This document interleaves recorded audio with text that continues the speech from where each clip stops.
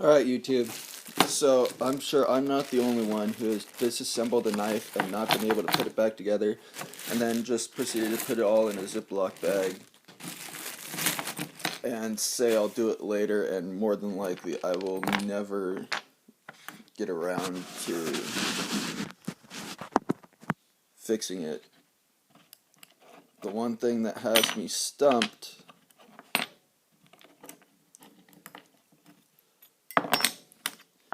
is why there's so many pieces, for one thing. Pull the pivot screw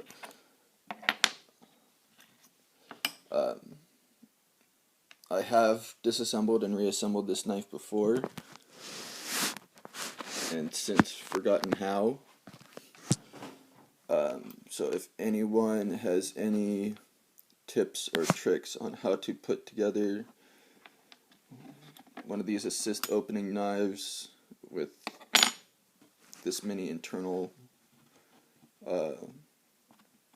pieces, that would basically, I'm just looking for someone to help me out to do a step-by-step process on how to put this thing back together. And that's it. And email me or message me if you know how, or upload a video and tag me in it.